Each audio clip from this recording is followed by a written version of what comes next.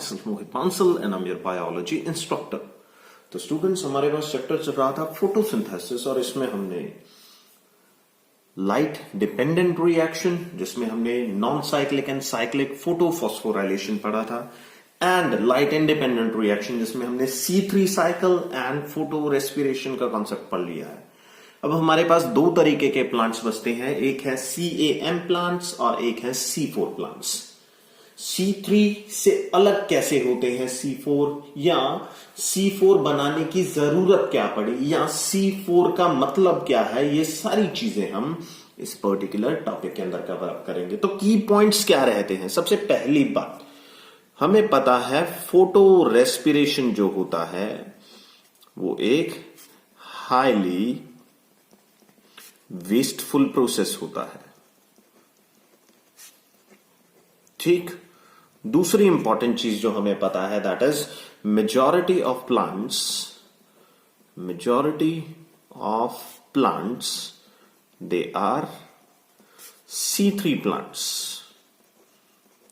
Generally जो हमारे आसपास प्लांट्स होते हैं they all are C3 plants.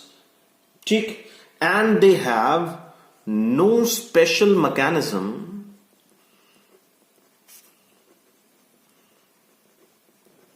To combat photorespiration जो कि एक वेस्टफुल फोटोरेस्पिरेशन जो कि एक वेस्टफुल प्रोसेस है, उससे बचने का C3 प्लांट्स के पास कोई मैकेनिज्म नहीं होता है। कारण उनमें एक खास तरीके का एंजाइम होता है that is known as rubisco. C3 plants have rubisco in mesophyll cells। mesophyll cell में जो क्लोरोप्लास्ट होते हैं उनमें रुबिस्को एंजाइम होता है and this enzyme has affinity for both CO2 and O2। अगर वो CO2 फिक्स करे तो हो जाता है फोटोसिंथेसिस जो कि एक बेनिफिशियल प्रोसेस है, बेनिफिशियल। और अगर ये फिक्स कर दे O2 तो मेरे पास हो जाता है फोटो रेस्पिरेशन जो कि एक अटर नॉनसेंस है, यानी कि एक वेस्टेज प्रोसेस है। तो क्या ऐसा किया जाए कि फोटो रेस्पिरेशन जो कि एक वेस्टफुल पाथवे है उसे रोका जा सके? C4 प्लांट एक अडेप्टेशन के तौर पे आए, उन्होंने एक खास तरीके की सेल्स डिजाइन की जिन्हें बंडल शीट सेल्स कहते हैं, और उन बंडल शीट सेल्स के अंदर उन्होंने रुबिस्को को छिपा दिया। रुबिस्को अगर बंडल शीट में जाके छिप गया और वहां पे कोई भी ऑक्सीजन मेकिंग मैकेनिज्म नहीं चल रहा है तो रुबिस्को के लिए ऑक्सीजन की अवेलेबिलिटी नहीं रहेगी। मोरोवर उन्होंने मेसोफिल सेल में एक ऐसा एंजाइम रख दिया जिसकी अफिनिटी है ही सिर्फ किसके लिए? उसकी अफिनिटी सिर्फ कार्बन डाइऑक्साइड के लिए। मैं आपको ये एक डायग्राम के थ्रू समझाता हूं। C3 प्लांट्स में दिक्कत क्या थी? C3 प्लांट में जो मेसोफिल सेल थी उस मेसोफिल सेल में था रुबिस्को जो कि O2 भी फिक्स कर रहा था, जो कि CO2 भी फिक्स कर रहा था। C4 प्लांट से अलग कैसे हैं? C4 प्लांट में दो तरीके की सेल्स डिजाइन कर ली गई। ऊपर वाली सेल जिसका नाम है मेसोफिल सेल और नीचे वाली सेल जिसका नाम है बंडल शीट सेल।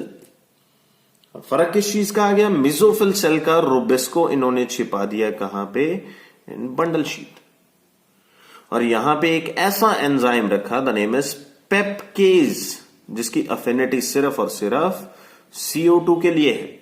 ये O2 फिक्स ही नहीं करता है। और कोई ऐसा प्रोडक्ट बनाया जिसमें कार्बन काउंट 4 रहा, क्योंकि इसमें जब कार्बन डाइऑक्साइड फिक्स की जाती है पहला प्रोडक्ट 3 कार्बन कंटेन करता है, लेकिन यहां पे कितने कार्बन कंटेन करेगा? 4। ये 4 कार्बन वाला कंपाउंड यहां पे बंडल शीट के अंदर जाएगा, क्योंकि मेसोफिल और बंडल शीट सेल आपस में जुड़ी होती हैं थ्रू प्लाज्मोडेस्माटा। तो C4 यहां पे जाएगा, यहां पे जाके कार्बन लूज कर देगा एंड फॉर्म CO2, और जो बचा हुआ C3 है वो वापस ऊपर मेसोफिल में पहुंचा दिया जाएगा। ये जो CO2 है, सिर्फ CO2 है, ये कहां पे अवेलेबल है? रूबिस्को के लिए अवेलेबल है। अब रूबिस्को को ऑक्सीजन तो दिखाई ही नहीं पड़ रही ना, तो उसे तो दिखाई पड़ रही है सिर्फ CO2, तो रूबिस्को सिर्फ CO2 के साथ कंबाइन करेगा और यहां पे चलाएगा C3 साइकिल। C4 प्लांट में भी C3 साइकिल चलता है, लेकिन रूबिस्को के पास सिर्फ कार्बन डाइऑक्साइड की अवेलेबिलिटी होती है। इसी वजह से लॉस मैकेनिज्म यानी फोटो रेस्पिरेशन नहीं हो पाता है। I hope this thing is clear to you. C4 plants minimize their photorespiration by separating the initial CO2 fixation and C3 cycle in 2 different cells. They perform initial CO2 fixation in mesophyll cell and the final CO2 fixation in the bundle sheath cells. Moreover, यहां पे granule thylakoid होते हैं, जिस वजह से यहां पे water की स्प्लिटिंग चलेगा, ऑक्सीजन वगैरह बनेगा, लेकिन यहां पे कोई ग्रैनुल थाइलाकॉइड्स होते ही नहीं है, तो इस वजह से यहां पे कोई लाइट डिपेंडेंट रिएक्शन चलेगी नहीं, यानी यहां पे O2 की फॉर्मेशन होगी ही नहीं। I hope this thing is clear to you. तो ये था फोटो रेस्पिरेशन से बचने का तरीका, जो कि किसने डिजाइन किया? ये डिजाइन किया C4 प्लांट ने। क्लियर? तो चलिए हम जरा इसे ध्यान से देख लेते हैं।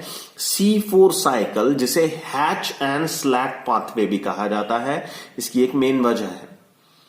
This theory, this C4 cycle was supported by 2 scientists, MD Hatch and CR Slack in 1996. It was supported क्योंकि इनिशियल जो रिपोर्ट थी वो 3 साइंटिस्ट थे, Kortschak, Hartt and Burr. Kortschak, Hartt and Burr, इन साइंटिस्ट ने कहा कि हां कुछ ना कुछ C4 बनता है कुछ खास तरीके के प्लांट्स में, जैसे शुगर केन वगैरह ले लीजिए।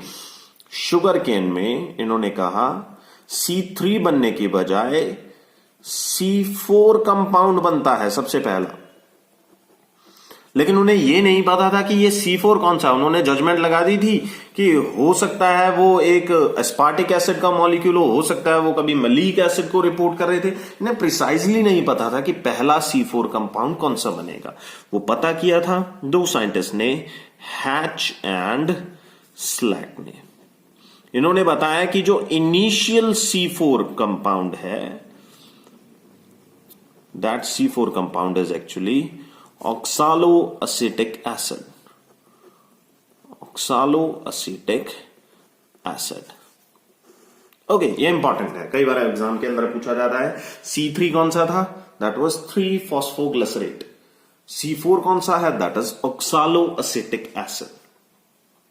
ओके, तो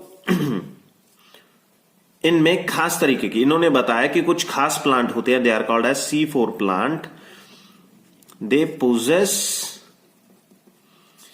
Krenz anatomy.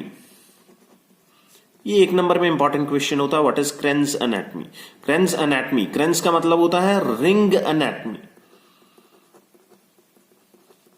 रिंग anatomy का मतलब that plants like sugarcane possess 2 types of cells in leaves.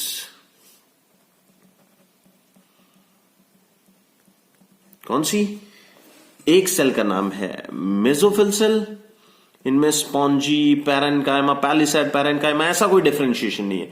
एक ही तरह की मेसोफिल सेल, और एक है इनके पास स्पेशल वेस्कुलर बंडल के around bundle sheath sales. Bundle sheath sales, और इनकी भी एक रिंग बनी होती है अराउंड वेस्कुलर बंडल। रिंग बने होने के कारण ही इसे रिंग एनाटमी या क्रेंज एनाटमी कहा जाता है। ये 1 नंबर के आपके सवाल का जवाब है। Okay, in C4 plants, light dependent reaction and Calvin cycle are physically separated. Here, light reaction and Calvin cycle are separated.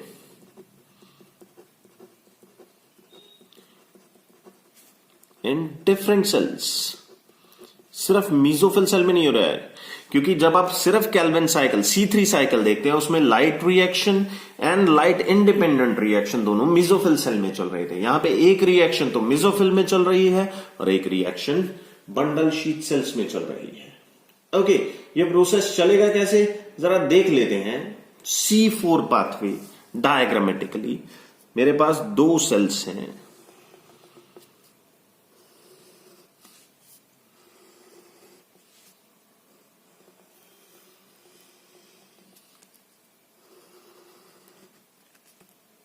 Upper cell का नाम आप जानते हैं, सेल का नाम है मेसोफिल, और लोअर सेल का नाम आप जानते हैं, the name is bundle sheath sales. और ये बीच में प्लाज्मोडेस्माटा के थ्रू जुड़ी हुई है। Upper cell is mesophyll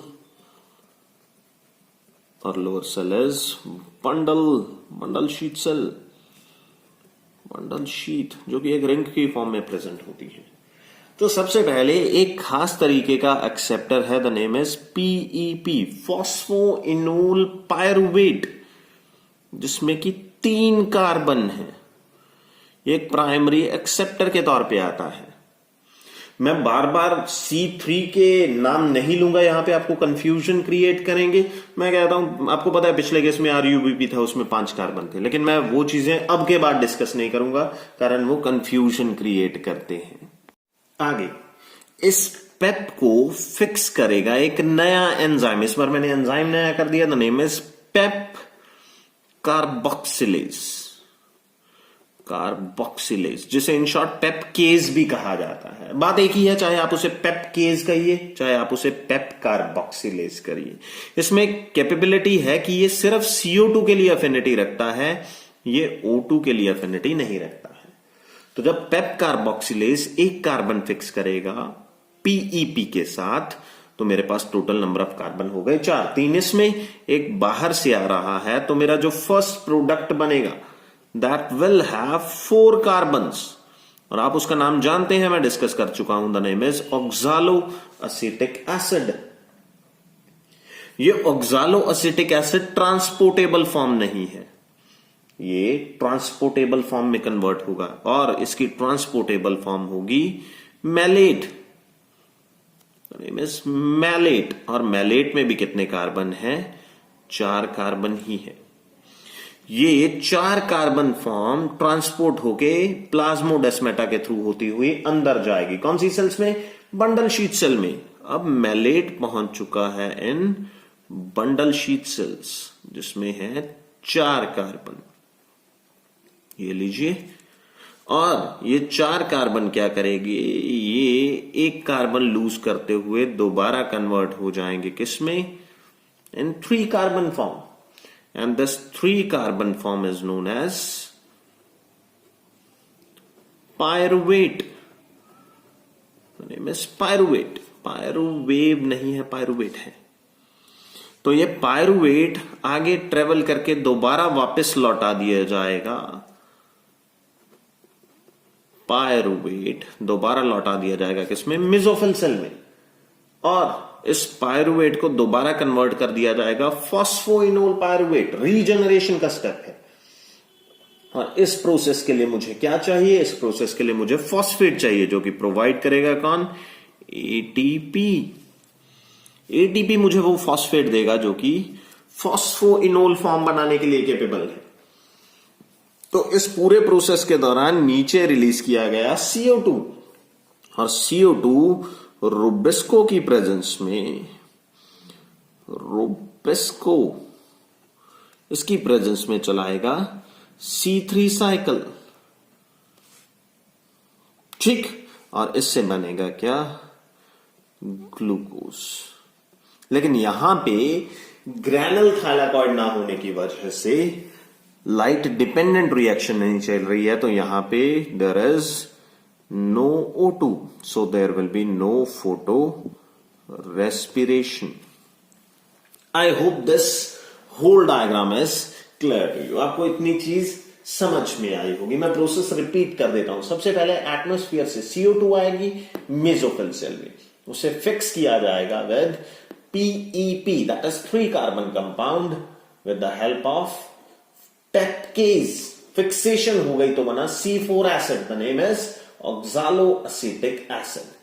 NADPH की मदद से इस ऑक्सालोएसिटिक एसिड को कन्वर्ट किया जाएगा इनटू मैलिक एसिड, जो कि एक ट्रांसपोर्टेबल फॉर्म है। इस प्रोसेस में मेरे थोड़े बहुत NADPH लगेंगे, तो जो मैलिक एसिड बना that is a transportable form, वो अंदर चला जाएगा बंडल शीथ सेल में। इस ट्रांसपोर्टेशन में भी थोड़े बहुत ATP लगते हैं, तो ट्रांसपोर्ट करके मैलिक एसिड पहुंचा बंडल शीथ में, वहां पे उसकी हुई डीकार्बोक्सिलेशन। डीकार्बोक्सिलेशन में कार्बन डाइऑक्साइड निकाला गया और उस कार्बन डाइऑक्साइड को यूटिलाइज कर लिया गया इन रनिंग C3 साइकिल। ओके, और बनाया गया फिर से पायरुवेट यानी पायरुविक एसिड। इसे फिर से ट्रांसपोर्ट करके मेसोफिल सेल में डाल दिया गया। मेसोफिल सेल में ये दोबारा रीजनरेट हुआ इन मेकिंग PEP। ये PEP फिर से बना देगा, जो कि हमारा एक प्राइमरी एक्सेप्टर था। I hope this thing is clear to you. आपको इतना समझ में आया होगा। ओके, इस प्रोसेस में ये जो ट्रांसपोर्टेशन है उसमें ATP लगते हैं, नो डाउट लगेंगे, लगने भी चाहिए, लेकिन लॉसेस को अगर हम कंसिडर करें, अगर फोटो रेस्पिरेशन हो जाता तो लॉस ज्यादा होते, उसके मुकाबले में थोड़े बहुत ATP कंज्यूम करवा देना कोई नुकसान का सौदा नहीं रहता है। ओके, अगर मैं कहूं कि मेरे पास जब C3 साइकिल चला था उसमें 18 ATP एंड 12 NADPH लगे थे, इस प्रोसेस में फोटो C4 साइकिल में मेरे 30 ATP in total including the C3 cycle 30 ATP and 12 NADPH लगते हैं। Okay, this is the whole phenomena of C4 cycle. I hope this thing is clear to you. तो अगला सवाल हमारे पास उठता है, C4 साइकिल कितने प्लांट्स के अंदर चलते हैं? ये C4 पाथवे जो है ये चलते हैं in about 3% of all vascular plants. जितने भी वेस्कुलर प्लांट्स हैं उनमें सिर्फ 3% ऐसे प्लांट हैं जो कि C4 पाथवे का यूज करते हैं। कोई एग्जांपल है हमारे पास, जैसे कि क्रैब ग्रास है, एक अच्छा एग्जांपल होता है क्रैब ग्रास। शुगर केन में भी यही प्रोसेस चलता है, शुगर केन एंड कॉर्न्स के अंदर भी यही काम चलता है, corns.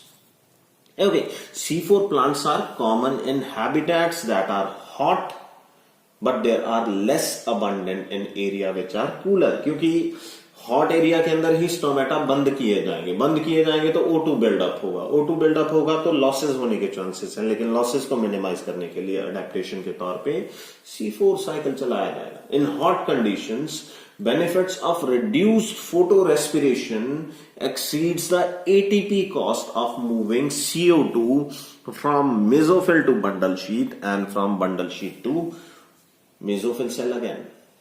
Okay, I hope this whole process is clear to you। अगर हम कंपेयर करें C3, C4 and cam plant को, अभी फिलहाल मैंने कैम प्लांट नहीं करवाया है, तो आपको एक चार्ट बनाना होता है। उस चार्ट को मैं एज एन असाइनमेंट ग्रुप के अंदर पोस्ट कर दूंगा। आज के लिए फिलहाल इतना ही रहेगा। Thank you so much.